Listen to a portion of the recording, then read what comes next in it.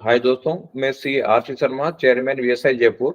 और आज आप लोगों को मिलवाने वाला हूं वंश मोदी से, जिसने सीए इंटरमीडिएट नवंबर 23 में 46th रैंक अचीव करी है और मार्क्स आए हैं 578।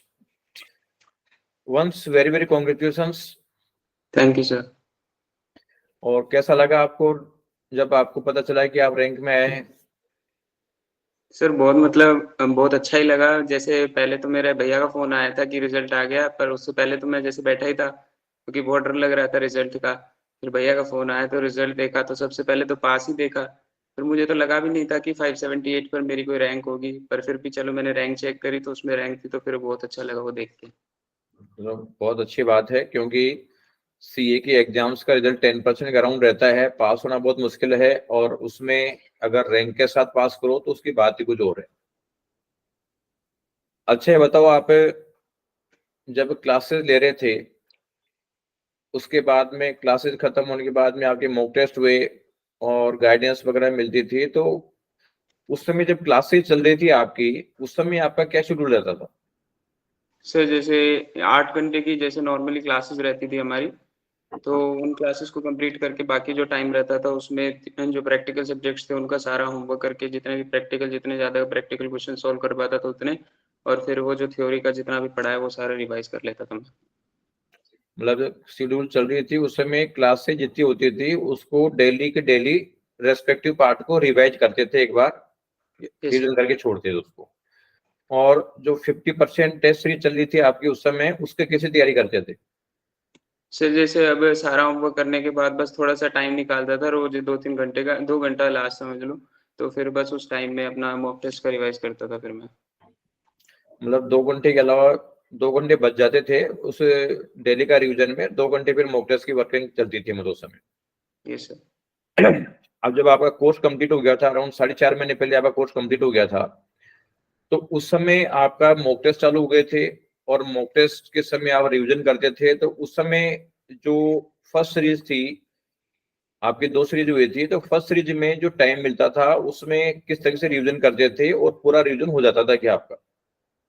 सर जैसे वो तो फर्स्ट सीरीज में तो जैसे 9 to 10 डेज मिलते थे हमें, तो उसमें जब रिवाइज करते थे तो कोई एक आधा सब्जेक्ट में शायद रह भी जाते थे, तो वो फिर सेकंड सीरीज में मैंने कवर अप किया था, बाकी फिर हो गया था। बाकी पूरा रिवीजन हो जाता था उसमें।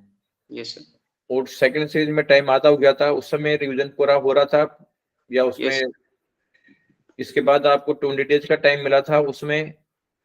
ये सर उसमें भी आपने जैसे बताया था उस तरीके से सब्जेक्ट को सीरीज वाइज ही पढ़ा था फिर मैंने। तो कुल मिला के आपने स्टेप बाय स्टेप टाइम को डाउन किया, क्योंकि 1.5 डेज में रिवाइज करना सीखना है। तो पहले आप लगभग 9-10 डेज का टाइम मिलता था, उसमें आपने रिवाइज किया। अगली बार फिर आधा टाइम यानी 4-5 डेज में रिवीजन किया। फिर 2 दिन में रिवीजन किया, और एग्जाम में 1.5 रिवीजन करना इजी हो गया आपका। ये सर। अच्छा, मेटर क्या यूज किया था आपने? सर मैटर तो आईसीआई मॉड्यूल, और जो वीएसआई में जो भी उनके क्वेश्चंस रहते थे वो सब, और स्टडी मैट भी जैसे उसका ही रहता था, आईसीआई बेस्ड अब ही मेनली सभी। तो आईसीआई का सिस्टमेटिक ही चलता है। और अब ये बताओ कि जो तुम तो देख रहे होंगे, तुम्हारे और भी जो बहुत सारे लोग दो मिलने वाले फेल भी हुए होंगे, तुम मेरिट आए हो, तो क्या डिफरेंस लगा तुम्हारे में? उनमें क्या गलतियां उन्होंने क्या करी होगी जिसकी वजह से वो फेल हुए, और तुमने तो जो किया है वो बता ही दिया। क्या डिफरेंस है, मतलब जो बच्चा फेल हो रहा है और जो बच्चा पास हो रहा है या रैंक आ रहा है? सर मेरे हिसाब से तो वो जो क्लासेस का नहीं लेते, मतलब जो क्लासेस के टाइम पर पहले तो वो मौज मस्ती में निकाल देते वो वाला टाइम, फिर जब मॉक टेस्ट सीरीज चल रही होती है तो वो अपनी क्लासेस कंप्लीट करते रहते हैं, तो मॉक टेस्ट सीरीज नहीं देते, जिससे कि वो फिर ग्रेटर सेटबैक पड़ता है और फिर वो क्लियर नहीं हो पाता। यानी कुल मिला के क्लासों में सीरियस होना बहुत जरूरी है। क्लासेज में सीरियस नहीं होते तो उनको दिक्कत आनी ही आनी है। Yes sir.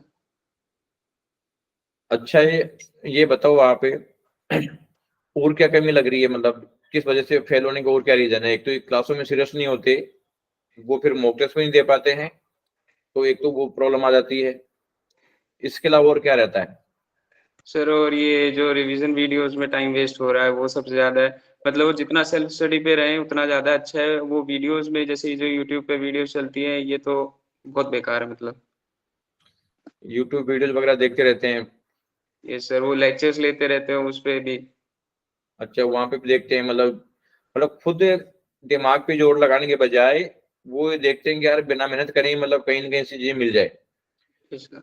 और रिवीजन करने के एफर्ट्स नहीं करते हैं। मतलब अदरवाइज जितना बच्चा खुद रिवीजन करेगा तो वो चीजें ऑटोमेटिक क्लियर होगी होगी। Yes sir. अच्छा, आप अपने जूनियर स्टूडेंट्स को, जो जूनियर हैं, जो इंटर अब आए हैं या जैसे आने वाले हैं या फ्यूचर में आएंगे, तो उनको क्या गाइडेंस देना चाहोगे कि उनको क्या करना चाहिए? सर सबसे बड़ी गाइडेंस तो बस यही है कि क्लासेस को सीरियसली ले लो। वो उस टाइम पर लगेगा कि जैसे बहुत ज़्यादा प्रेशराइज़ हो रहा है, पर एक बार वो प्रेशर झेल लो, क्योंकि उसके बाद जो मॉक टेस्ट सीरीज़ है उसको भी सीरियसली ले लेना, क्योंकि the result is very much fruitful. वो बहुत अच्छा लगता है, मतलब जब रिजल्ट आता है जब आपका, तो सभी लोग आस-पास, आपके पेरेंट्स वगैरह सब बहुत खुश होते हैं, तो फिर उसके लिए थोड़ा-सा आप एफर्ट्स डाल लो आज। मतलब बिगिनिंग से सीरियस होना चालू हो जाए और उल्टे सीधे भटकते नहीं रहें। और जैसे बहुत सारे बुक्स मार्केट में अवेलेबल है, तो वो पढ़नी चाहिए कि नहीं पढ़नी चाहिए? नहीं सर, क्योंकि आईसीआई सिर्फ़ अपना ही मॉड्यूल को प्रायोरिटी देती है, तो बस सिर्फ़ आईसीआई मॉड्यूल से स्टिक रहेंगे, तो सबसे ज़्यादा मार्क्स आ सकते हैं। और वैसे भी इसको पढ़ने के बाद दूसरा पढ़ने का टाइम बचता ही नहीं है। Yes sir.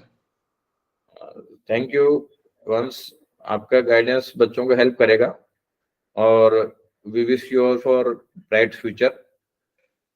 Thank you sir. Thank you.